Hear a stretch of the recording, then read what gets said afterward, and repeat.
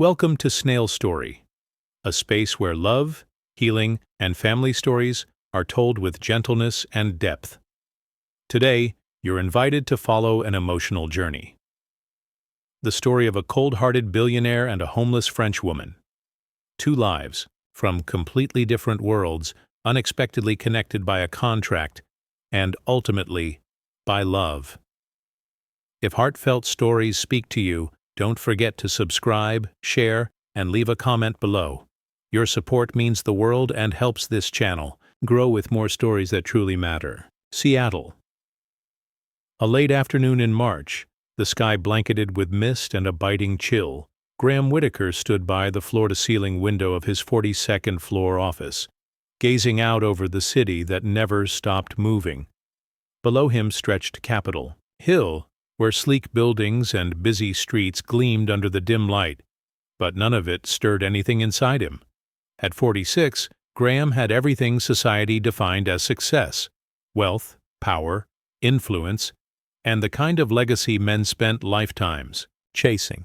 Yet, despite the towering empire he had built, he ended each day in silence, returning to a penthouse so pristine it echoed with absence.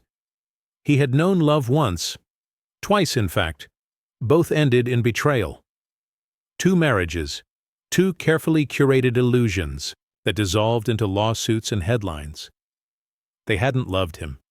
They had loved his fortune, his name, the prestige he brought to dinner tables and social galas. When the sparkle wore off, so did their loyalty. Since then, Graham no longer entertained the notion of romantic love. To him, it was nothing but a fragile construct, beautiful from afar, but rotten at the core.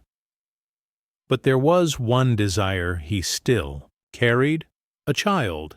Not a partner, not a marriage, just a child to carry his name and blood forward, someone to inherit, not his empire, but the part of him that no contract could define. He had a plan. Quiet, precise. And it began with a simple instruction. "Find me a housekeeper," he told his secretary Julian Blake during their Monday morning briefing. "Temporary hire through one of our trusted agencies. Discreet. I want the shortlist on my desk by the end of the week." Julian didn't ask questions. He never did. Graham's tone left no room for curiosity, just clear directives and immediate results. Across the city, in the forgotten neighborhoods of South Seattle, where the pavement cracked and hope seemed to decay in the gutters, a woman named Lena Moore was living through what felt like a slow disappearance. At 28, she had already lost everything. Born in Lyon, France, Lena once dreamed of becoming an artist. She'd studied at an academy with a partial scholarship until her father's business collapsed, taking the rest of the family's finances with it. She came to America chasing reinvention. But dreams, as she learned, didn't pay rent. With no degree, no family, and mounting debts, Lena drifted from job to job, cleaning homes, washing dishes, folding linens at motels, until she landed at a second-hand home goods store run by a bitter man who viewed compassion as a weakness. That afternoon, the store was busy. Customers shuffled through dusty aisles, the bell above the door jingling endlessly. Lena was behind the counter when her employer snapped again. He accused her of carelessness, screamed about misplaced items, and, when she dared to defend herself, shoved her backward in front of half a dozen witnesses. She stumbled, and at that exact moment, Graham Whitaker walked past the store. Lena fell right into him. Her elbow knocked against a bag in his hand, sending a delicate glass ornament, a piece he'd just purchased, crashing to the ground. The store fell silent. Time paused. Lena froze. Her eyes locked with Graham's, cool, unreadable, piercing-like. Steel! She dropped to her knees without thinking, scrambling to gather the broken shards with trembling hands. "I'm sorry, I didn't mean—" "I'll pay for it," she stammered. "I'll do something. I'll make it right." Her voice cracked. She had no money. Nothing of value, nothing to offer but her desperation. The store owner came barreling toward her, adding insult to injury, scolding her like a child, yelling, in front of everyone, It was humiliating. She was still crouched on the floor, tears pooling in her eyes when Graham, normally indifferent to public displays, did something unexpected. He didn't speak at first. He simply watched. But in her hunched figure, shaking hands and tear-streaked face, he saw someone else. He saw his mother. Years ago, she had scrubbed floors and swallowed her pride to raise him. He remembered how she once came home with bruises on her knees from cleaning baseboards for rich families who never learned her name. She'd endured it all, so he wouldn't have to. And now, in this stranger's suffering, that memory came back so vividly it stunned him. Without a word, Graham pulled out a business card. "Call this number," he said, handing it to Lena. "Ask for Mr. Blake. He'll find you a job, something cleaner than this place." Then he turned and walked away. That night, Lena sat on her bed clutching the card like it was gold. It was the first time in years someone had looked at her without contempt, the first time someone with power had offered a lifeline. But when she stepped off the bus later that evening, returning to the rundown block where she lived, a man lunged at her from an alley. A quick grab, a shove, and in seconds, her bag was gone. The card with it. She chased after him, screamed, collapsed on the sidewalk. Gone. The card. The chance. The man whose name she hadn't even asked. 3 days passed. Neighbor mentioned a boutique employment agency in downtown that placed domestic workers with high-end clients. Lena hesitated, but with nothing left to lose, she borrowed bus fare and went. She filled out a form, had her picture taken, and waited silently with a dozen other hopefuls. Her resume was unimpressive, just a list of odd jobs and low wages, but there was a quiet dignity in her eyes, something that couldn't be faked. Later that evening, Julian Blake scanned the batch of new applicants. He was meticulous by nature, but something about Lena's file gave him pause. Her handwriting was neat, her responses honest, her photograph raw and unfiltered. There was something human there. So he marked her profile and sent it to his boss. Candidate recommendation for temporary household assistance. Background modest. Impression sincere. 2 days later, Lena received a call. "Good morning. I'm Mr. Blake, assistant to Mr. Graham Whitaker. He's requested a brief meeting with you before finalizing a placement." She froze. "Did you say Graham?" Her heart skipped. It couldn't be the same man. Could it? Or perhaps, just perhaps, fate had circled back, offering her the second chance she thought she'd lost. This time she wouldn't let it slip away. The office was silent. The kind of silence that lingers between two strangers, except something about them didn't feel like strangers at all. Lena Moore sat upright in the leather armchair across from the polished walnut desk. Her hands were tightly clasped in her lap, nails chipped and bitten. She wore the same black coat from the day of their first encounter, cleaned, pressed, but still frayed at the cuffs. Her eyes, though, were different now, alert, cautious, yet still carrying something unspoken. Across from her, Graham Whitaker stood with his back turned, facing the floor-to-ceiling windows, where the soft gray light of late afternoon filtered through the Seattle skyline like a veil of quiet. The city was dimming beneath the weight of dusk. He hadn't spoken since she'd entered. Lena could hear the ticking of a distant clock behind her. She swallowed. "Thank you for agreeing to meet me," she said softly. Still, Graham didn't turn. His voice came only after a long pause, low and measured. "This meeting was unnecessary. You won't be working in any of my residences." The words hit like a slap. Lena blinked but kept her voice steady. "I understand. Still, I appreciate the opportunity." Julian, the assistant standing a few feet away, shifted uneasily and stepped forward. "Sir, I can arrange something else for her. The downtown office has openings, cleaning staff, inventory, logistics." Graham raised a hand, cutting him off. Then finally, he turned around. His face, as always, unreadable, handsome in a sharp, distant way. But this time, his gaze lingered on Lena, assessing her, not with desire, not with curiosity, but with calculation and something else. Uncertainty? "You don't recognize me, do you?" he asked quietly. Lena blinked. Wait, you're the man from the store, the glass ornament. I'm truly sorry. It doesn't matter, he interrupted. A silence stretched between them. This isn't a coincidence, he continued. The agency sent over your file. I recognized your face. That's why I requested a meeting. Lena said nothing. She couldn't tell if this was a warning or a test. You think I gave you that card as a job offer, he said. It wasn't. It was impulse, a ghost from memory, nothing more. He began pacing slowly, hands clasped behind his back. You seem like a decent person, honest, hard-working, which is exactly why you're not the right fit for what I originally had in mind. Lena's throat tightened. What kind of arrangement? She asked, barely above a whisper. Graham stopped. This was the moment where most men would soften the truth. Dress it in euphemism, but he didn't. I'm looking for a woman to carry my child, he said plainly. No relationship, no marriage. Just a contract, clean, confidential, entirely medical. The air felt like it had been pulled from the room.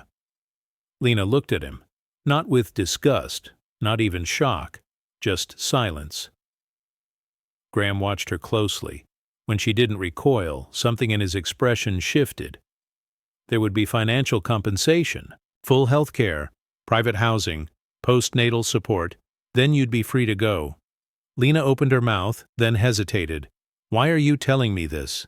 Because someone like you shouldn't be part of something like this, he said firmly. You're not cold enough, not detached enough. People like you get hurt. That hit harder than she expected. Graham glanced toward Julian. Julian, give us the room. Julian looked surprised, but said nothing. He nodded and quietly stepped out, shutting the door behind him. The room shifted, warmer, heavier. Lena took a slow breath. She looked directly at Graham, her voice softer now, but steady. Why me? Graham didn't answer immediately. He studied, her again, as though still weighing something. She continued. I'm not the most qualified. I don't have degrees. I don't have references. But you still called me in. So what was it about me that made you hesitate? Graham leaned back in his chair, eyes drifting toward the window. Because you're not like them. Them? She tilted her head. The women I've known. They knew exactly how to get a man like me to surrender. But behind the smile, there was calculation and performance. I've been married twice. Both loved the name, not the man. And when the shine faded, so did their affection.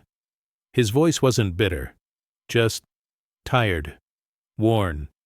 Lena waited, then gently asked, But you still want a child?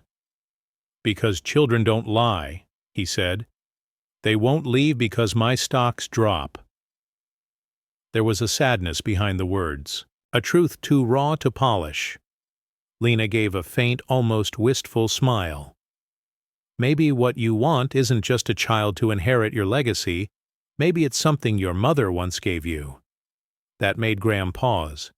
My mother, he said quietly, was the only person who ever loved me without asking for anything. She scrubbed floors, worked herself to the bone so I could go to school. I owe her everything, and now I just want to honor that, by being the kind of father she would have wanted me to be. Lena nodded slowly. Then if you need someone, and I need a way out, why not let this be more than a contract? The silence between them deepened. Then Graham opened a drawer, pulled out a folder, and placed it on the desk.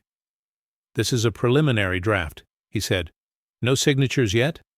Read it, then decide. Lena reached forward, took the folder in her hands. And this time, her hands didn't shake. Lena stepped out of the Whitaker & Co. tower with the draft agreement still clutched in her hands. That Seattle afternoon hung heavy with mist, the kind that carried the smell of rain without falling. The slim folder, containing words that might change everything, was pressed against her chest as she squeezed into an overcrowded city bus, heading south toward the part of the city she called home, if only out of necessity.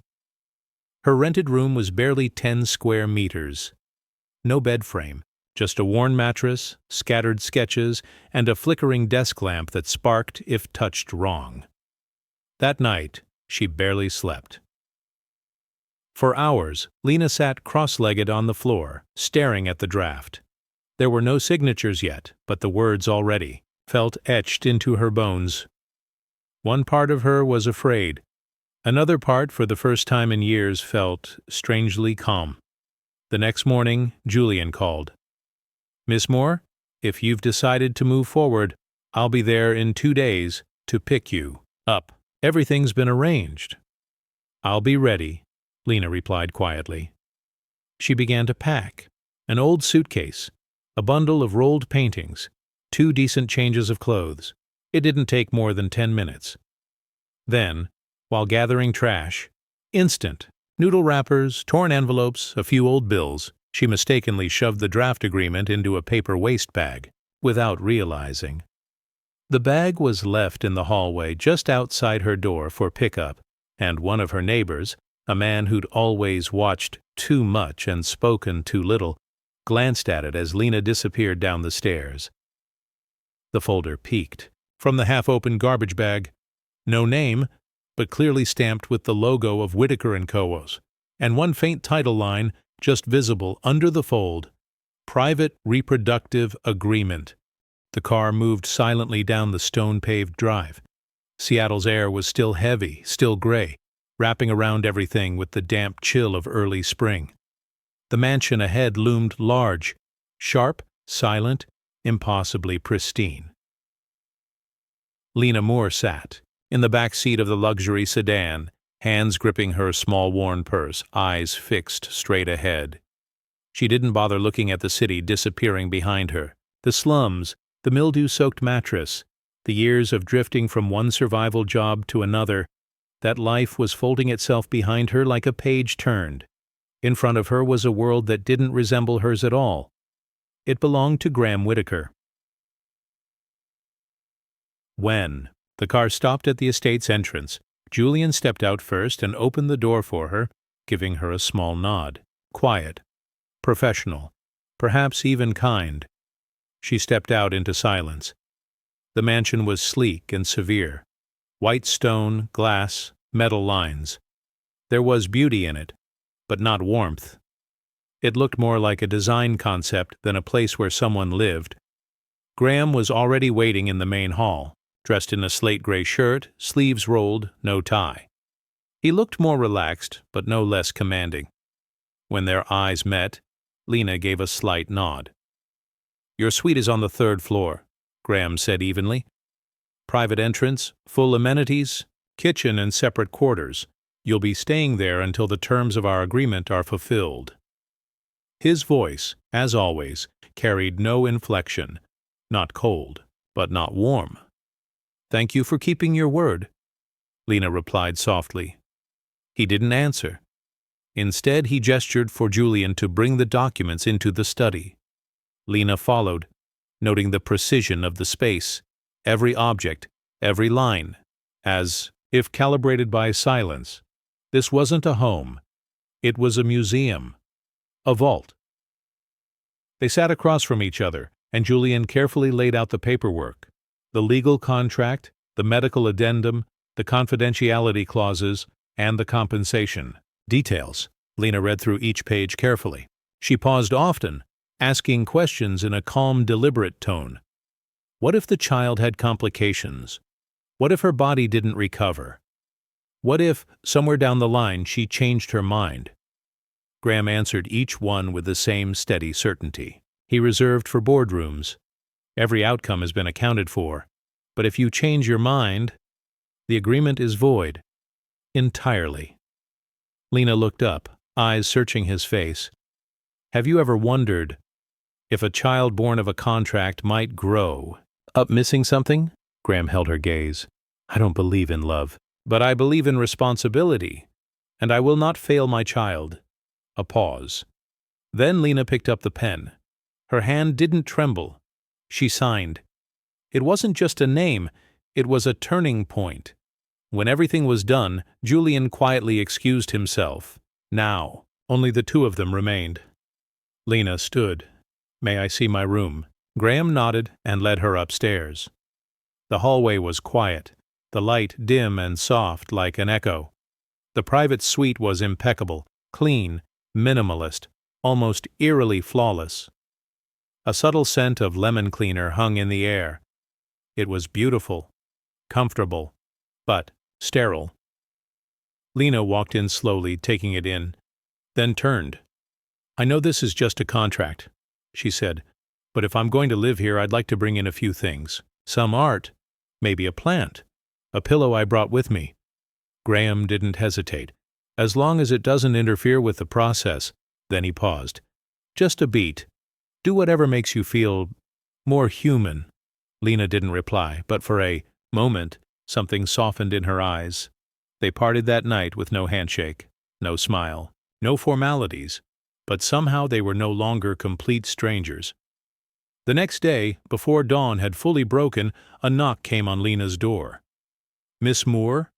a gentle voice called. Lena sat up, groggy. "Yes." "I'm awake." The door opened, slowly. Evelyn, the mansion's long-serving housekeeper, stepped in carrying a neatly pressed dress. Her smile was warm, motherly, rare in this place of steel and silence. "Mr. Whitaker would like you to join him this morning. There's a medical appointment scheduled and we'll be leaving in about 40 minutes. She laid the dress on the edge of the bed. Dark green. Simple. Elegantly cut. "This was prepared 2 days ago," Evelyn added. "He asked us to have it ready as soon as you confirmed the agreement." Lena blinked, surprised. There was no extravagance, but there was care. Intent.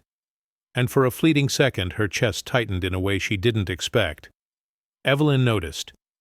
Her smile softened. "Don't worry, dear. No one else in the house knows about the examination. Only me. The master was very specific. It's to be kept entirely private." Lena gave a small nod. "Thank you. I don't want to be a burden to him." "You're not," Evelyn replied gently. "Just be honest with yourself. I'll take care of the rest." "Exactly."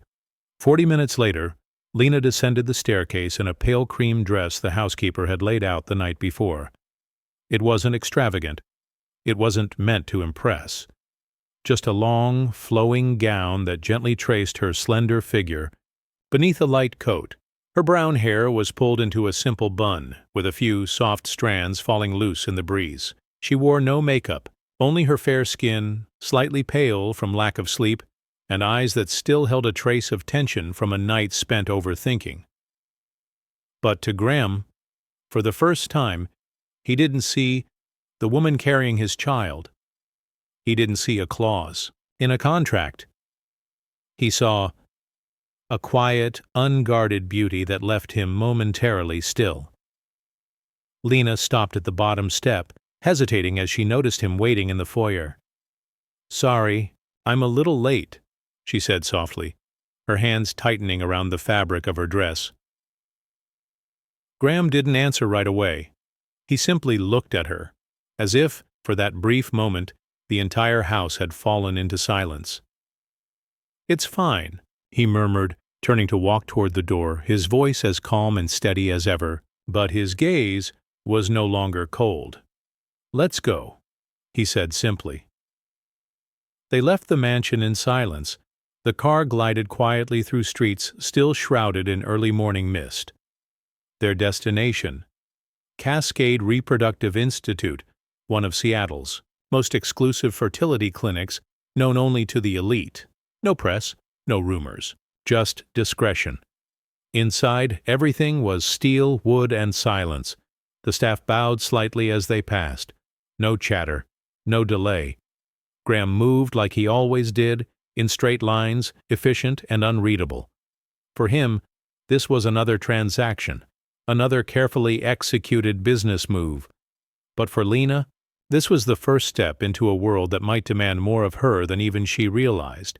And as she walked a few steps behind Graham, watching the echo of his footsteps on polished floors, she felt something stirring, not in the room, but in herself. That morning, The mansion felt suspended in an unusual hush. No clinking cups, no hurried footsteps. Even the sound of distant wind seemed muted, as if the house itself were holding its breath for something unnamed but undeniable. Lena had been awake long before sunrise. Sleep had come in fits, broken by the weight of knowing what the day would bring.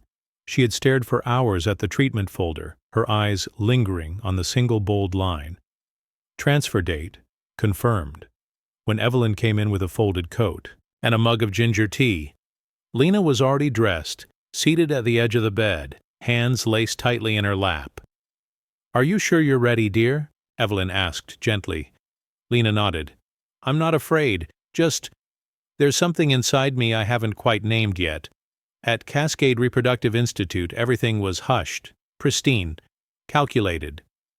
Lena changed into a pale cream hospital gown in a private suite. She sat quietly on the edge of the examination bed, staring through the frosted glass window. Her fingers clutched the edge of the blanket like an anchor.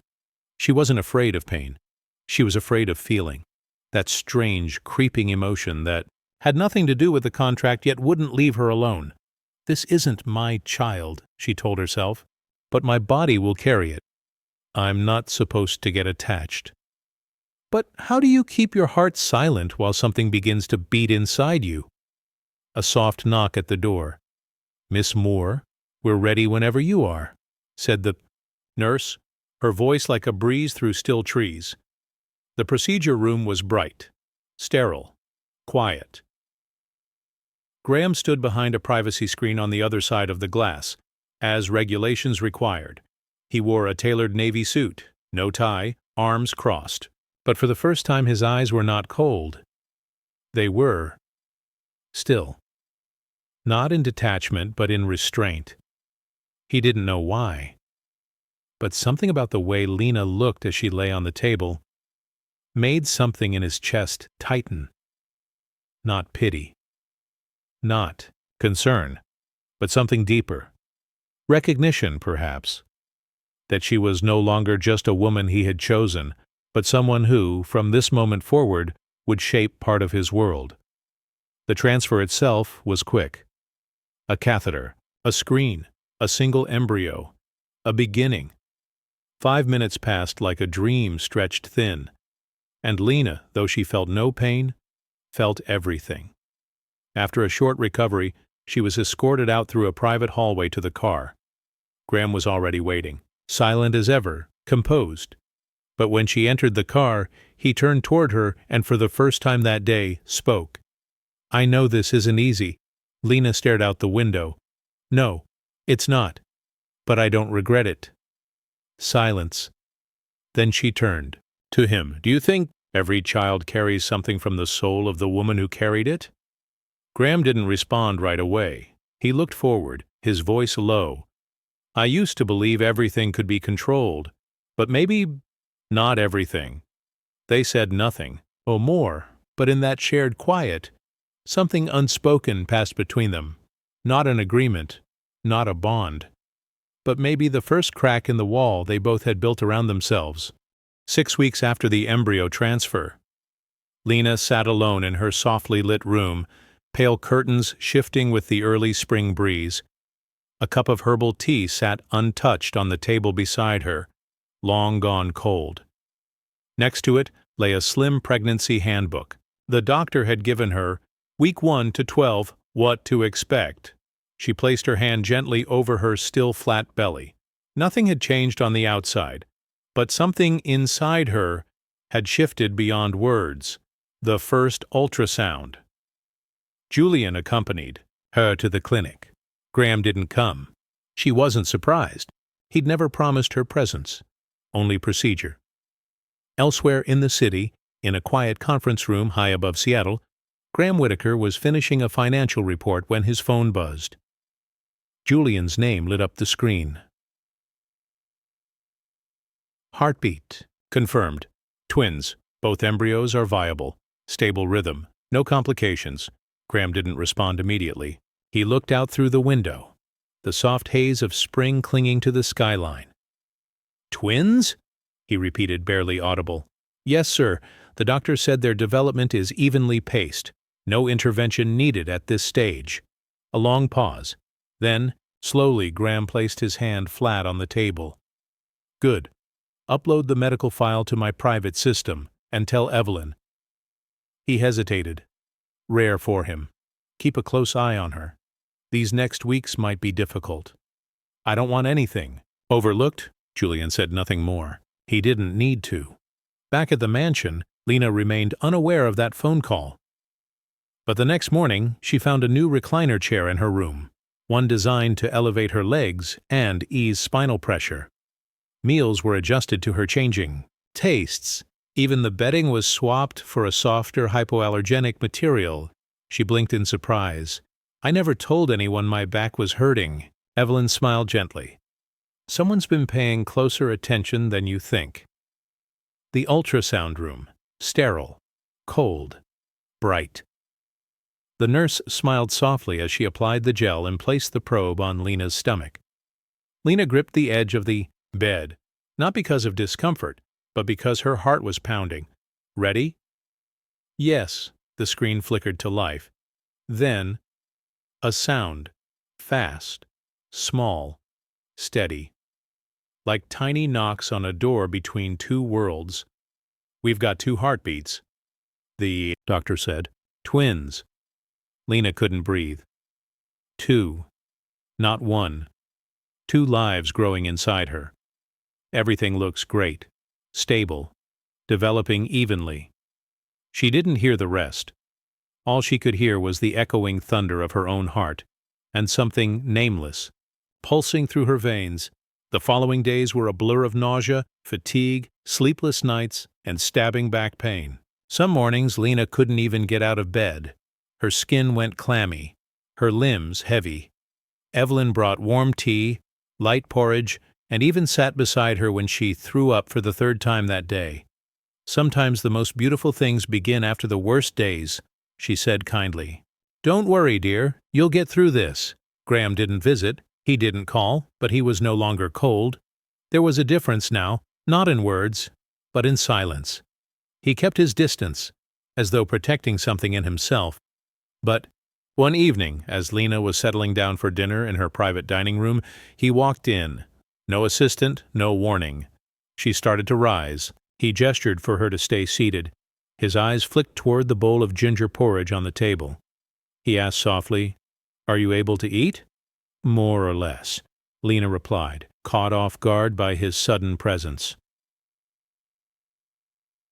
A pause stretched between them. Then, unexpectedly, he asked, When you heard the heartbeats, what did you think? Lena looked at him, then spoke slowly. I thought, it was the first time in my life I'd ever heard something that truly belonged to me, even if just for a moment. Graham said nothing, but his gaze dropped slightly, as if trying to hide something that had stirred inside his chest. After that night he didn't visit again, but whenever Lena needed something, a specific brand of ginger tea, a softer pillow, a better reading lamp, it arrived the same day. No questions, no requests. He was watching, quietly. From a distance even he didn't dare cross. That night Lena lay awake in the dark, one hand resting over her belly. Now a little warmer, a little fuller, a little more alive. 2 of you, she whispered. 2 lives. Across the mansion, Graham stood alone on the 3rd-floor balcony, a glass of untouched whiskey in hand, the ice already melted. He didn't drink. He simply stared out at the flickering lights of the city, soft, pulsing, like distant heartbeats. 2, he thought, letting the word echo silently in his mind. No one saw the faint smile ghost across his face. No one knew that night, the man who had once longed for a child only to continue his legacy, had taken a step closer to something. He'd never admitted wanting to feel it, to belong to it, even if only from a distance. Week 14. Lena had entered her 2nd trimester. Her belly had begun to round gently beneath the soft folds of her dresses. 2 lives were growing inside her, quietly, steadily, but far from silently. Sometimes it was a shortness of breath after a few steps, sometimes a sudden twinge in her lower back, or a hiccup out of nowhere on a damp afternoon. Life was shifting inside her, and Lena could feel it more and more each day. That morning, she woke with a strange sensation, like the brush of a wing from somewhere deep within, not painful, not forceful, just a flutter. She sat upright, one hand pressing gently to her stomach, barely breathing. Then, again, a tiny kick, barely there, but real. Tears welled in her eyes before she even understood why. Not from emotion, not exactly, but because, for the first time, she felt herself being touched by the very life she was carrying. Evelyn entered with her usual tray of ginger tea, but the moment she saw Lena's flushed cheeks and glassy eyes, she paused. "Lena, is everything all right?" Lena laughed through her tears. "Yes. I think one of them just kicked." Evelyn didn't say anything right away. She just smiled. I rose soft, understanding, and placed a hand on Lena's shoulder, giving a gentle squeeze that said, "I know." Because she was carrying twins, Lena's body changed rapidly. The second trimester, typically more comfortable for most women, felt almost more difficult for her. Aches in her spine, swollen legs, nights of heart palpitations and shallow breath. She didn't complain, but Graham noticed. That evening, she was standing in the small garden behind the mansion, letting the cool air ease her skin, when he appeared beside her, quiet and unexpected. He didn't ask what she was doing there. He didn't tell her to rest. He just stood beside her, at a polite distance. "You haven't been eating much lately," he said. Lena blinked. "I still eat, just not as much." He was quiet for a moment. Then, without a word, he pulled out his phone and turned the screen toward her. I asked the chef to adjust the menu. "Mushroom soup. You had it last week. Evelyn said you didn't get sick afterward." Lena stared at the screen, then at him. "You're tracking what I eat now." "I just don't want you to get weaker," he said, eyes looking elsewhere. After that, she started to notice. He appeared more often, never intruding, never overstepping. But whenever she walked in the garden, he wasn't far. When she couldn't sleep, the light in his third-floor office stayed on late. Once, when she couldn't find her favorite pillow, he appeared in the doorway with Evelyn, holding it in his hands. "I had it cleaned," he said simply. "This type doesn't hold scent well." Then he turned and walked out, as if it meant nothing. But Lena knew this wasn't obligation anymore. It was care, even if he wouldn't call it that. One night. Returning from the office, Graham paused outside her door. A sliver of light spilled from underneath. He lifted his hand, almost knocked, then stopped. Letting his hand fall, he turned and walked away. But inside, Lena, curled sideways in her reading chair, had seen his silhouette through the curtain. She didn't call after him. She only smiled to herself, hand resting on her growing belly. "We're changing him, aren't we?" By the 7th month of her pregnancy, Lena moved more slowly now, her belly round and taut like it held the weight of a small universe. Breathing took effort. Walking required intention. Sleepless nights had become routine, and the twins kicked, relentlessly, forcing her to rest for hours with her back against soft cushions, staring up at the dim ceiling. And yet, somehow, she didn't feel alone.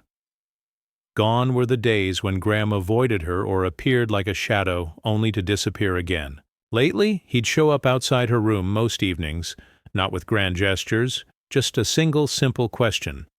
"Do you need me to call Evelyn?" She would shake her head, and he would nod slightly, then walk away.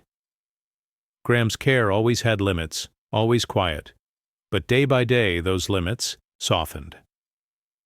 One morning when Lena didn't show up for breakfast, Evelyn informed Graham that she had been dizzy. Without hesitation, he left his office and walked straight to Lena's private suite. She was lying on the chaise, pale and tired. Graham entered, and for the first time, his expression held something unmistakable: worry. "Do you need the doctor?" he asked. "No, it's just, they've been moving too much. It's getting hard to breathe.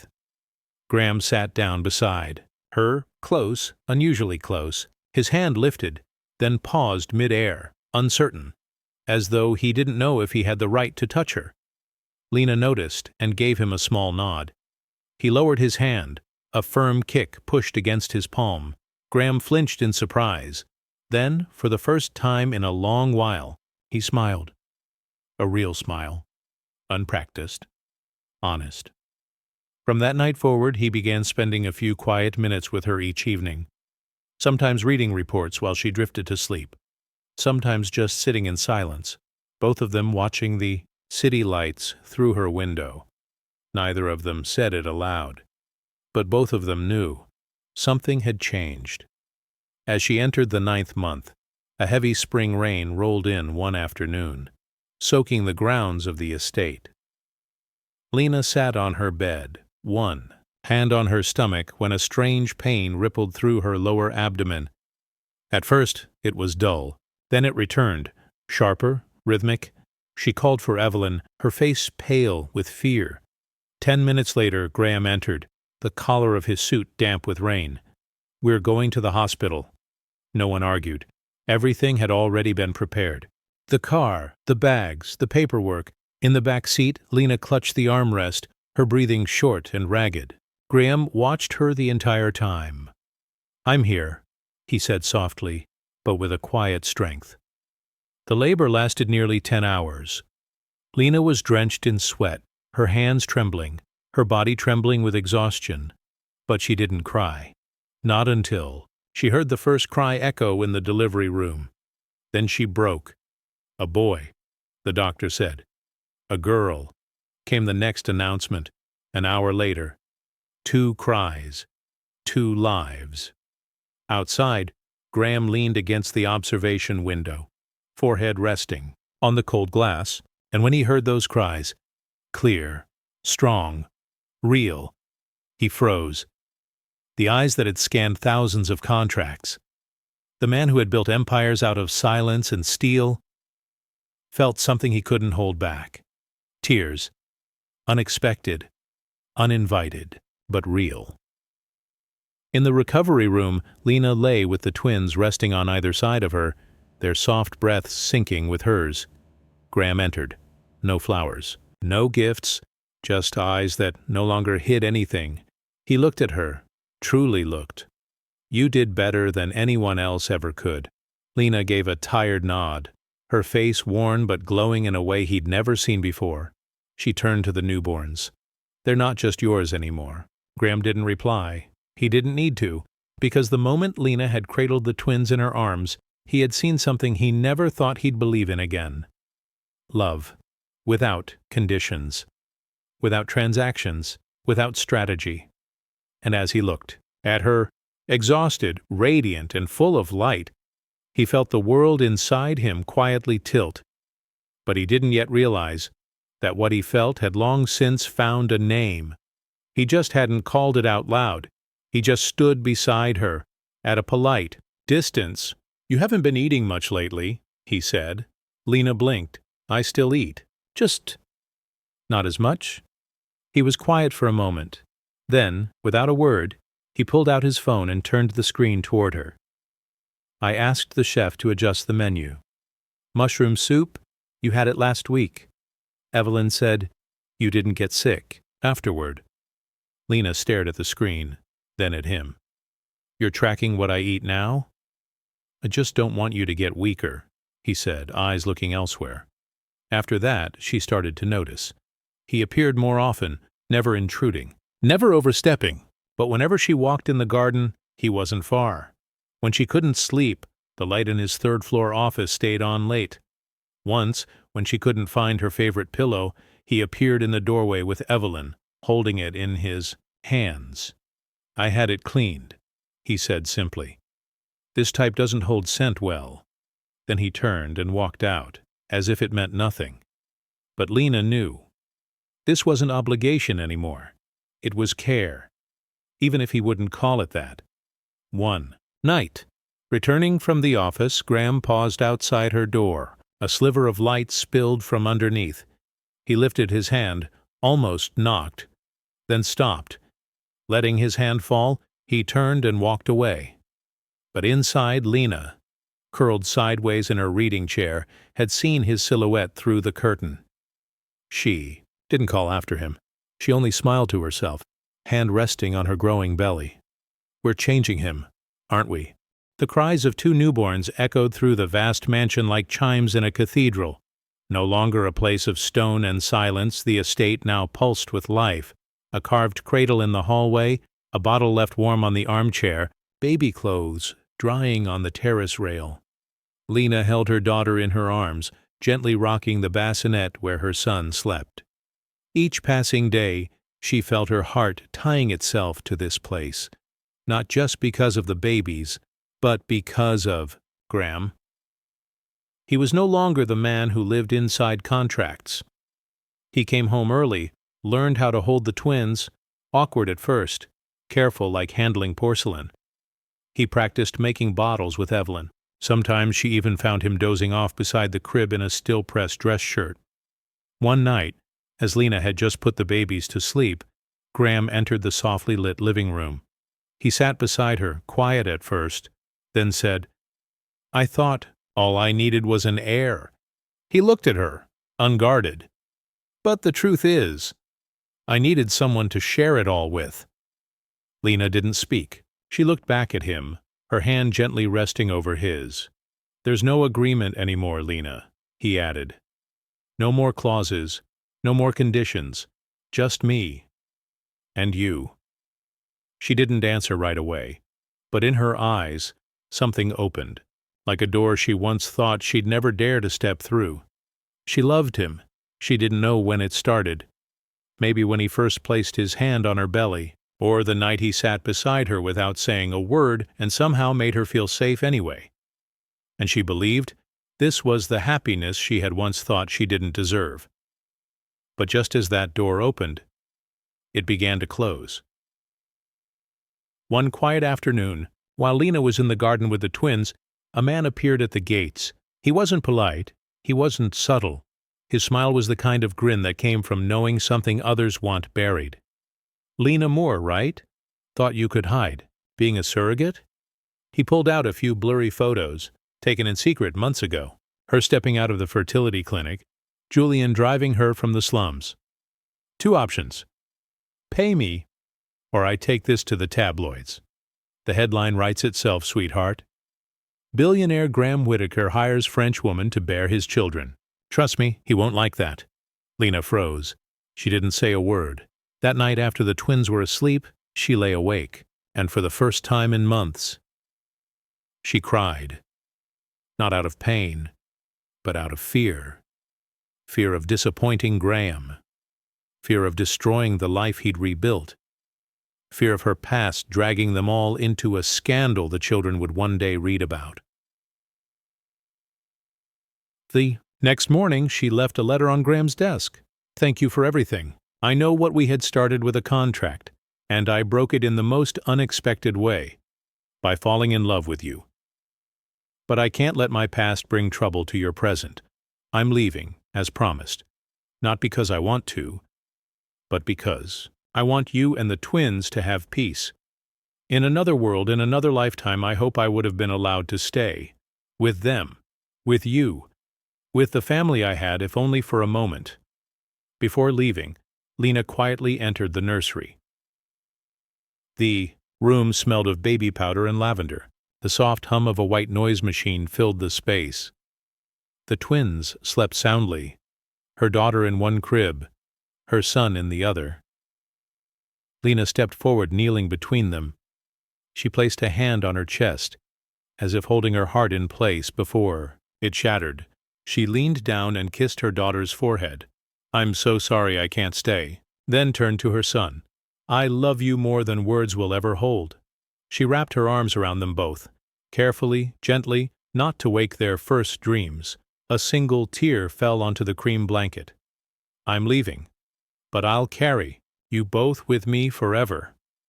She stood, turned away, didn't look back. Because if she did, she knew she wouldn't be able to leave at all. She left before the sun rose. Graham found the letter just after dawn, and for the first time in years, he realized he had lost something that no contract, no amount of wealth, could ever bring back. Graham Whittaker had never believed that emptiness could take the shape of someone who was no longer there. The mansion was too quiet. No more soft cries in the early morning. Evelyn had moved the twins to the side residence for care. No more faint laughter from Lena as she cradled the babies. No soft shuffle of her sweater brushing down the hallway. No scent of toasted bread wafting from the kitchen each dawn. Only Graham remained. Alone. Surrounded by sunlight that now felt colder than any contract he'd ever signed. He sat behind his desk reading Lena's letter again and again. He knew every word by heart. But still, he couldn't accept it. She wouldn't leave. Not just to protect my peace. He pressed the intercom. "Julian, come in." Within 2 minutes, Julian entered. "I need you to find out the real reason Lena left, and I want to know where she is, whatever it takes." "Understood, sir." Graham's voice was calm, but his eyes, steady and unflinching, left no room for questions. Elsewhere in the city, Lena stood behind the counter of a modest bakery tucked into a quiet corner of the Magnolia district. The air was thick with the scent of yeast, flour, and espresso. She wore a flour-streaked apron and kept her hair tied in a loose bun. The shop owner, an older woman with a warm smile and broken French, had offered her the job without asking too many questions. No one here knew she had once lived in Graham Whittaker's mansion. No one knew the twins. And she wanted to keep it that way. But in every kneaded loaf, she thought of the children's cries. In every tray of warm pastries, she remembered Graham's quiet gaze.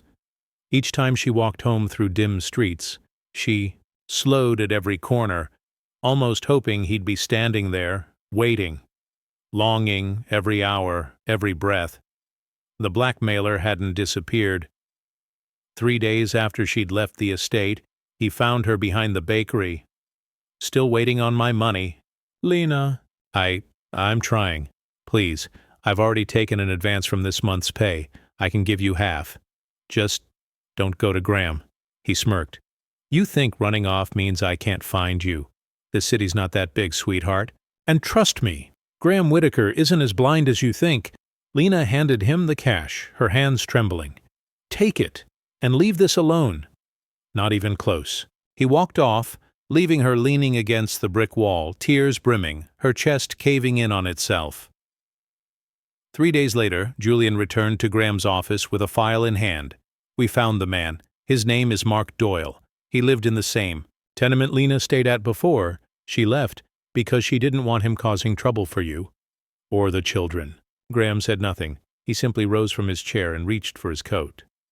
That afternoon, in the cracked concrete lot behind a rundown complex, Mark Doyle lit a cigarette. A sleek black SUV pulled up beside him. Graham stepped out. No bodyguards. No introductions. Just a look. The kind that made Mark take one step back. "I'm the man you've been threatening," Graham said, his voice low and ice calm. "I don't take kindly to threats, especially when they involve someone I care about." Mark barely had time to speak when a thick folder landed on the hood of his car. "Legal documents. From today on, you will not approach, contact, or mention Lena Moore in any form. Or I'll make sure Mark Doyle no longer exists on any legal registry in this country." Graham's tone didn't shift, but Mark knew he wasn't bluffing. That evening, Graham stood in the nursery once more. The soft hum of lullabies played. The scent of baby lotion lingered. Evelyn handed him his daughter without a word. He held her, steady and gentle, and sat beside his son's crib. "She looks like her," he murmured, brushing a finger across his daughter's hair. He remembered Lena's laughter when he put the diaper on backward, the way her voice softened when she read bedtime stories, the night she fell asleep on his shoulder, both children nestled between them. A family. They never said the word, but that's what it had been, and now only half remained. The next morning, Julian handed him a slip of paper, a short note, an address. "We got this from Doyle. She's in Magnolia. Working at a small bakery. La Petite Vie. Graham stared at it, fingers tightening around the page. Hope and regret, twisting together. Get the car ready, he said quietly. I'm going to see her. A soft spring light draped over Magnolia like silk. Lena had just finished stacking the last tray of pastries when the bakery owner called out to her gently, "There's someone waiting outside for you." She wiped her hands, stepped toward the front door, and froze on the stone threshold. Graham Whitaker. He stood there, sleeves rolled up on a crisp white shirt, hair tousled from the wind, hands empty, and eyes stripped of every wall they'd once held. For a moment, Lena thought she must be dreaming, that if she blinked, he would disappear. Just like all the nights she'd dreamed of him, waking up with her pillow soaked in tears. But he didn't disappear. He stepped forward, slow, deliberate. "How have you been?" he asked, his voice hoarse, just loud enough for her alone. Lena opened her mouth, but no words came out. Her chest tightened, tears welled, pressing at the edges of her lashes. "I know about that bastard," Graham continued. "I know you didn't leave because you wanted to. You left because you thought you had to." He stopped just in front of her, his eyes lit with something fierce, something raw beneath the stillness of the afternoon air. "You don't have to carry it all alone anymore. I came here to tell you, Lena, I love you. From the moment you placed my hand on your belly, from the way you looked at the twins as if they were your whole world, from the way you turned that cold mansion into a home. I didn't know how to name it when it first arrived, but now I do." He took a steady breath, then reached into his pocket and slowly pulled out a small velvet box, deep green and elegant. He opened it. A ring, simple, refined, just like the way he looked at her. "Lena Moore, please. Don't leave again. Be my wife. Be the mother of our children. Be the last person I wake up next to every single morning." Lena burst into tears, not from weakness, but because she had walked through a long and lonely road, and in the end, the man she loved still chose to come back to her. She nodded. She didn't need words. Then she threw her arms around him, gripping the shoulders she had long imagined resting against in the quiet of her dreams. "I love you," she whispered, her voice trembling like sunlight at dusk. "I never stopped." That evening, they walked together toward the black car parked at the end of the street. No more contracts, no more distance, just two people, and two children waiting for them inside the mansion that, this time, Lena finally called by one name alone: home. Lena paused for a moment, then looked up at him, her eyes warm, unwavering. "I'd call it a new chapter, because we began again, in the very place we thought it all would end." Thank you for watching all the way through. Sometimes, love doesn't begin with perfection. It begins when one person chooses to walk toward the other. If this story touched your heart, please share this video with someone who might need a little hope today. And don't forget to subscribe to Snail Story so you won't miss the next tale. Still gentle, still real, and always meant for you. See you in the next video.